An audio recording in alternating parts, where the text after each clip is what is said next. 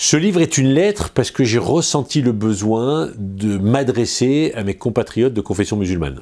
J'ai toujours considéré que la République ne leur parlait pas assez, et moi j'ai ressenti le besoin de leur écrire, de leur dire ce que je pensais. Il ne faut pas stigmatiser une communauté, car dans sa très grande majorité, elle est respectueuse des lois de la République. Et je reprends la longue liste des Français de confession musulmane qui ont eu des réussites sociales exemplaires. Et souvent, ceux-là, on n'en parle pas.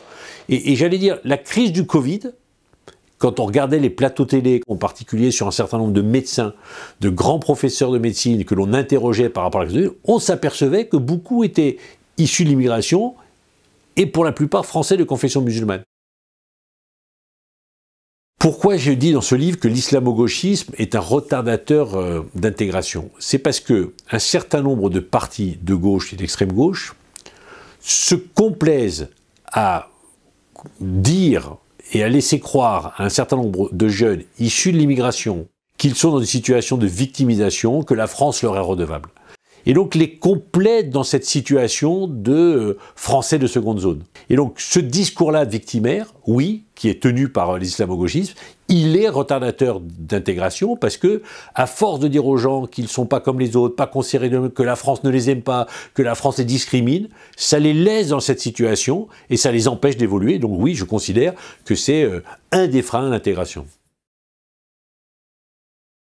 Napoléon leur a dit, vous aurez votre place pleine et entière, mettez-vous d'accord sur les fonctionnements, sur comment le judaïsme va fonctionner en France, et il a laissé aux rabbins, aux responsables de la communauté, le temps de s'organiser, et quand à un moment ça prenait un peu de temps, il a dit, écoutez, voilà, maintenant vous avez discuté, ok, voilà les règles.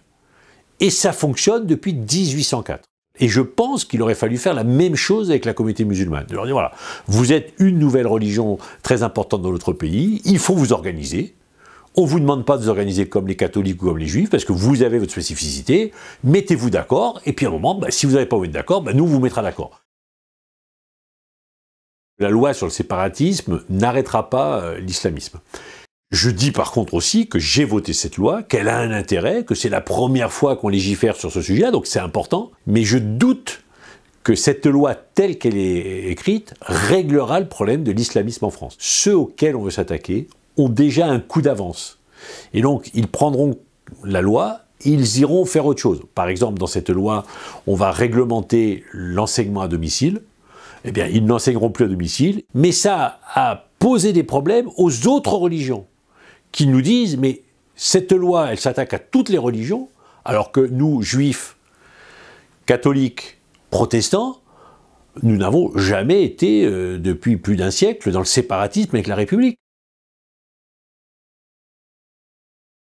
Je conclus ce livre en expliquant qu'il faut refonder la nation. Car aujourd'hui, la nation, la République sont en train de se fragmenter. Et donc, il est urgent pour notre pays, non seulement de parler aux musulmans de France pour régler le problème de la place de l'islam en France, mais plus globalement, de faire nation, de recréer ce qu'est l'idéal national, l'idéal républicain. Si on ne fait pas ça, la fragmentation auquel nous sommes en train d'assister ne fera que s'aggraver, et effectivement, notre pays sera en train de tout simplement se diviser, et on ne sait pas comment tout cela peut finir.